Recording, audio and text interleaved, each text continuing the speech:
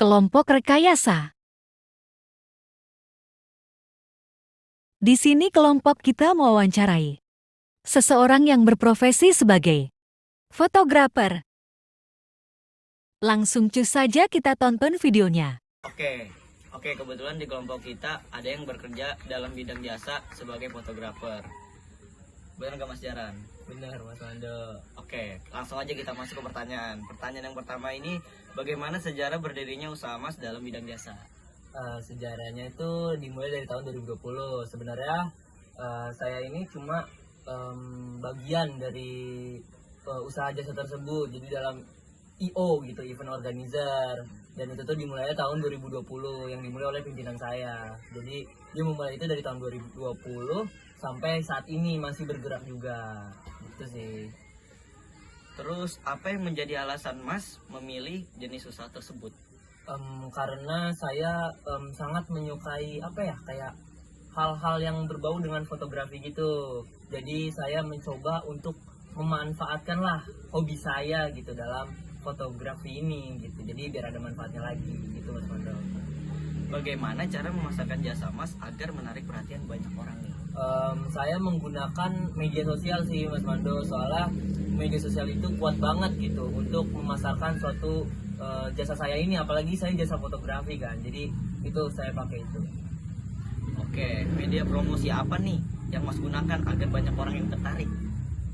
Saya menggunakan media promosi itu medsos, media sosial terutama aplikasi yaitu Instagram. Jadi saya mengupload hasil-hasil jepretan lensa saya untuk dipasarkan ke banyak orang agar banyak orang tuh tertarik untuk memakai jasa saya. Gitu Mas Mando. Oke, pertanyaan selanjutnya. Apa suka duka dalam usaha jasa yang Mas jalani?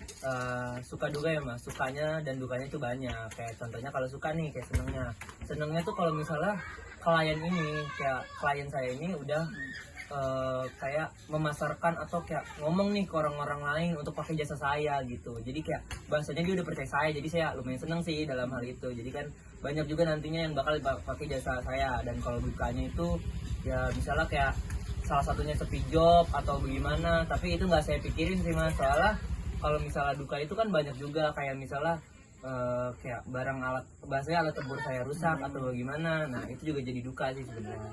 Oke. Nah, yang selanjutnya bagaimana cara mengatasi kendala sebagai fotografer? Mengatasi kendala sih cukup kita lihat dulu apa nih kendalanya gitu. Biasanya kendala tuh dalam barang saya gitu, kayak kamera gitu. Jadi sering banget tuh kayak kamera atau lensanya itu bisa aja rusak dalam saya pas foto atau segala macem. Jadi ya gimana ya, itu udah kendala tuh pasti ada deh. Jadi ya untuk mengatasi itu saya mencoba untuk meminimalisir agar hal-hal seperti itu nggak terjadi gitu. Yang terakhir tuh, apa yang menjadi resiko usaha jasa sebagai fotografer? Kalau resiko ya itu tadi sih, ya paling berat sih ya alat tempur saya atau kamera saya itu rusak. Jadi itu tuh resiko yang paling berat banget sebagai fotografer, karena itu bisa nguras budget banget buat saya sebagai fotografer. Itu sih. Ada yang mau diucapkan lagi? Ya kalau misalnya kalian mau nyewa jasa fotografi, bisa aja langsung ke Mas Den Project, atau mau lihat hasil saya ada di Studio Cup, coba aja dicari. Bisa.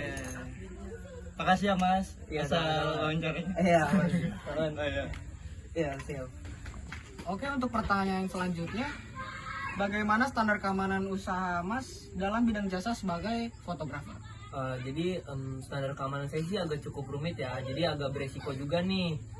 Jadi saya tuh kan fotografer olahraga ya, jadi saya bekerja dalam lapangan lah bahasanya. Saya di pinggir lapangan terus mau foto-fotoin orang gitu. Jadi kalau misalnya ada bola nyasar ke saya, nah itu tuh cukup rumit juga kan untuk mengatasinya. Jadi saya tuh harus melindungi gitu mau bagaimanapun agar tidak kena kamera saya, karena kalau kena kan juga rugi juga buat saya gitu Mas. Oke, untuk pertanyaan kedua nih Mas, bagaimana prospek usaha jasa Mas untuk kedepannya? Prospek saya sih ya paling memperbagus kualitas dalam foto saya gitu sih Mas. Jadi kayak hasil jepretan saya itu harus sangat diperhatikan dan harus dievaluasi lagi ke depannya gitu. Jadi agar orang-orang tetap mau gitu memakai jasa saya nantinya. Iya. Itu sih Mas.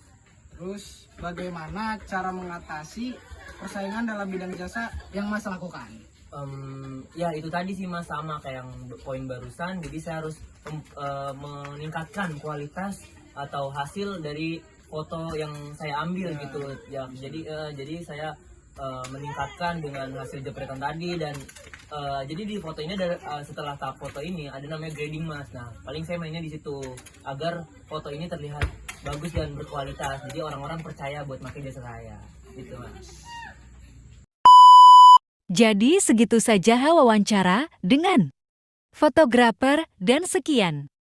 Terima kasih.